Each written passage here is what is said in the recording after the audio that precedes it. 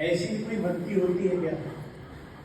आजकल 90% लोग इस भक्ति को नहीं जानते, ज्ञान ही नहीं है। तो जब कोई राम राम करता है तो उनको बड़ा अजीब सा लगता है, ये क्या, ये कौन सी भक्ति है? न तिलक, न छापा, न घंटी, न संग, न कोई मूर्ति, कुछ नहीं। ये कौन सी भक्ति है? अरे भक्ति तो ऐसी होनी चाहिए कि सुबह 4 बजे नहा धो के यहाँ छापा, यहाँ छापा, यहाँ छापा, यहाँ छापा, यहाँ नहीं, और मोटा मोटा रुद्राक्ष पहन के हाथ त्रिपुण लगा के हाथ पाँच जटा रख के वो लगता है ये बाबा ठीक है। अरे कौन से बाबा है? नहाए नहाए नहीं नहाए। तो इस भक्ति को तो वास्तव में भी नहीं जानता, और जानेगा कौन?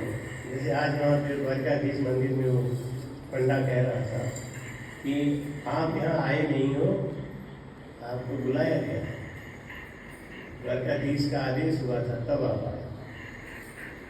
और हम लोग भी जैसे पहुँचे तो गेट बंद हो गया ना, तो क्या कह रहा है, आप बड़े भाग्यशाली हो, यहाँ कोई खड़ा नहीं होता है, आपके लिए भगवान ने गेट बंद कर रखा है कि खड़ा रहे तो चुपचाप। नहीं, कितने भाग्यशाली होती है, इस जगह पे आपको इतनी देर तक खड़ा रख रहे हैं, ये वही रख रहे हैं, मन को बदलने का तरीका है ना। तो रानियों ने राजा का कान ऐसा भरा, कहते हैं कोई झूठी भी बात बोले ना, बार बार बोले तो सत्य हो जाए।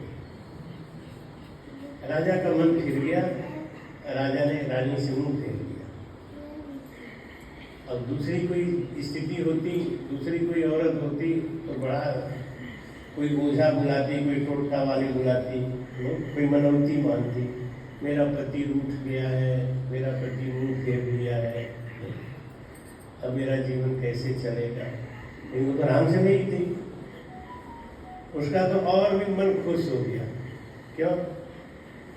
क्योंकि पति रूठ गया तो भजन करने का समय ज्यादा मिलेगा, पूजा पाठ में तो कुछ करना नहीं, खाली दिन भर बैठ के भजन करना है। तो जब पति राजी है तो कुछ न कुछ तो पानी वाली तो पूछना ही पड़ेगा, मीठा उठा तो पूछना ही पड़ेगा ना, राजी है तो कुछ न कुछ तो करना ही पड़ेगा।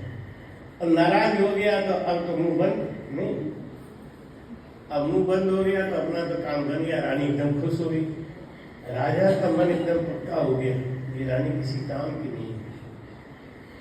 तो राजा ने एक अलग से उसको महल बनवा दिया और नौकर चाकर रख दिए, कह दिया कि भाई आप इस रानी का ध्यान रखना, क्योंकि मैंने शादी करी है, शादी करके लाया हूँ तो जिम्मेदारी हमारी होती है, इसका खाने पीने का ध्यान रखना, कपड़े का ध्यान रखना। रानी को कोई दुख नहीं होना चाहिए क्योंकि राजा की पत्नी है, अगर राजा की पत्नी को दुख होगा तो राजा की शान जाएगी, इज्जत जाएगी। रानी को और आराम मिल गया, टाइम पे नाश्ता, टाइम पे खाना, जैसे आजकल हम लोग के नक्शे बने हुए, नहीं, हाथ पैर हिलाना नहीं, समय पे नाश्ता, समय पे खाना, समय पे घुमाना। भाई आजकल कोई विशेष कृपा चमक रही है, नहीं, ये तो आप खुद ही महसूस कर, हमें क्या कहना है।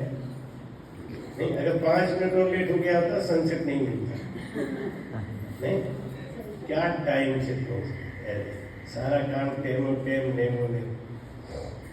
रानी बड़ी खुश हो गई। कहने का भाव ये है कि राम से नहीं, जो ज्ञानी है ना, उससे अगर कोई रूठता है तो बड़ा खुश हो जाता है, वो कभी दुख नहीं मनाता। अगर राम से नहीं पक्का है तो उसको जगत की चिंता नहीं होती, उसको अपने भगत की चिंता होती, अगर पक्का राम से नहीं है तो। अब रानी तो और खुश हो गई, दिन रात भजन करे।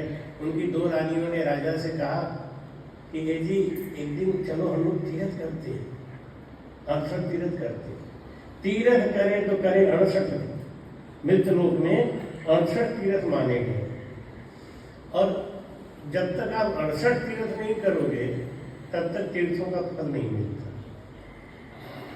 माला है नहीं, ये माला है, करो तो 68 तीर्थ करो, और नहीं तो कुछ मत करो, फिर घर नहीं करो।